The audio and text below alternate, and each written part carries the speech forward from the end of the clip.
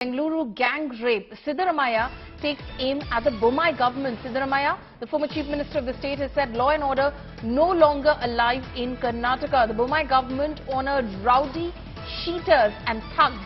Siddaramaiah says atrocity is happening due to Karnataka Home Minister Araga's incompetence. Remember, on the 25th of March, a woman was gang raped inside a moving car by 4 accused persons. So the Congress there training guns at the Bommai government over the law and order situation in the state of Karnataka. Nabila, my colleague, continues to be live with us on this as well. Nabila, clearly the Congress there not letting go of this opportunity. It's an unfortunate and a very tragic incident, of course, but question marks over the state government's ability to maintain law and order.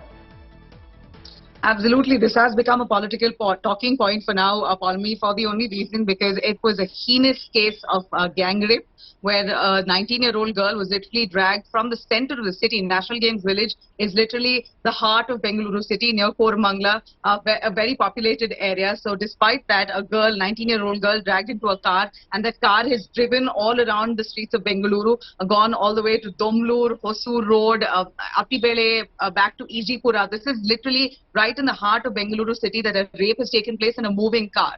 A lot of questions being raised, of course, at this point at the Bommai government, considering they're in charge of law and order here, as to why and how, despite that kind of police presence here, that this kind of rape was pulled off on a girl in a moving car. So Siddaramaiah not slack. In fact, he is not mincing any words there, attacking the Bommai government, saying that just weeks ago there was another rape that took place in a district area of Karnataka, and now in Bengaluru, the capital city of Karnataka, there's a rape that's taken place. All blame going on the Bommai government. But one must note that 4 people who have raped that girl have been arrested, and of course investigation is underway, but this has certainly left us worried. Law and order is being questioned, and one should know that this is code of conduct that's already come into play. You have huge police deployment and checkposts at different parts of Bengaluru and Karnataka at this point, but despite that, it appears that this crime was pulled off with such ease. Right, and Siddaramaiah also makes a very sharp allegation and a serious allegation where he says that the Bommai government honoured rowdy cheaters and thugs. You know, there were pictures of just recently when Prime Minister Modi had an event in Karnataka. There was a rowdy cheater, Ravi, who was present there while the meet and greet was happening. Another incident that took place when the BJP High Command, a couple of them were in Bengaluru for another event. There was another rowdy cheater called Silent Sunil, who was part of that event. So clearly the Congress has had ammunition here to target the BJP, saying you're encouraging rowdies and gundas within your party. But I did have a conversation, a lengthy conversation, in fact, with Shobha Karandaje, who is an MP from Karnataka and right now is MOS, Union Minister. And she very, clearly said that the BJP leaders had absolutely no idea who Silent Sunil was or Ravi was. They could not recognize him. He managed to slip in his way into an event which was organized by the BJP, and it was unfortunate that the Prime Minister was there. He got to meet with the Prime Minister. They're of course trying to track down how these gundas managed to infiltrate into the BJP event without actually revealing their identity. So the BJP of course is in a back foot, but are regretful on allowing these kind of gundas to come into an event like that and almost give it a black mark. But Congress, of course, at this election time will use everything against the BJP. Internal surveys at this point are showing Congress at a benefit, showing the Congress to be the single largest party. But let's see how that pans out in the days to come. Okay, Nabila, stay on with us. Mr. Priyank Kharge is also joining us over the phone line right now. A very shameful incident which took place in the heart of Bengaluru city just a few days ago, Mr. Kharge. Now, of course, question marks over the law and order situation in the state. I'm quite shocked that such incidents are happening in a state like Karnataka. In fact, these are things that we would hear that happen in UP, Bihar.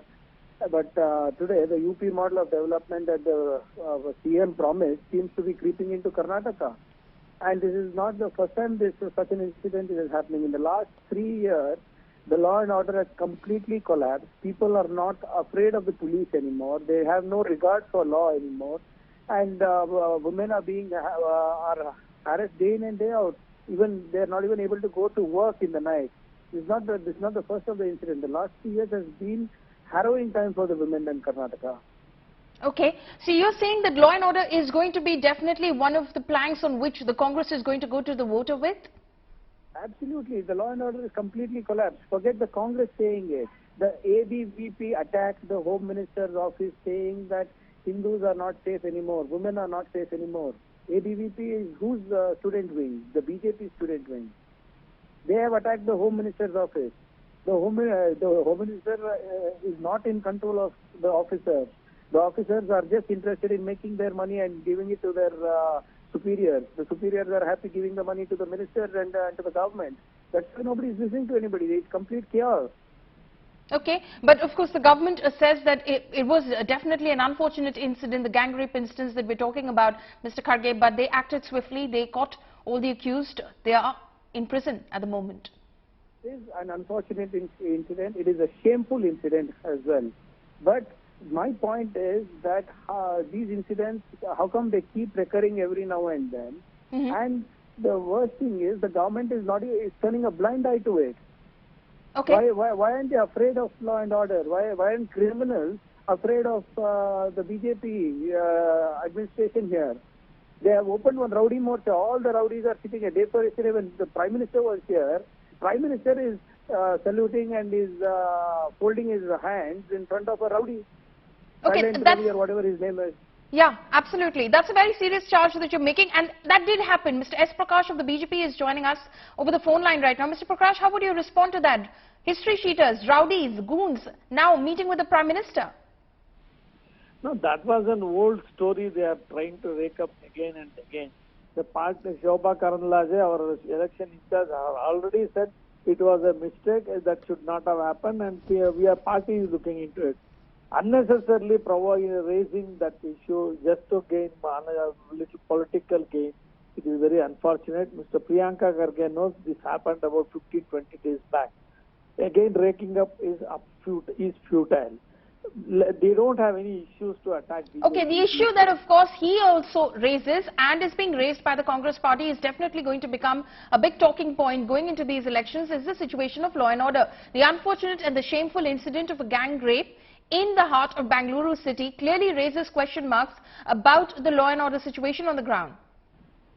The gang rape accused have all been arrested by the police within 8 hours. I'm not saying that it is an achievement by the police or anything. Those who gang raped us, they were known to the victim. And this has happened, very unfortunate. Such animal instinct must be punished severely. The police have acted very swiftly. We should appreciate the police action. Why politicize all these rape incidents just because the political election is round the corner? How many rapes had taken place during Siddaramaiah regime? Did the BJP politicize them? We look at it as a humanitarian issue, not as a political issue.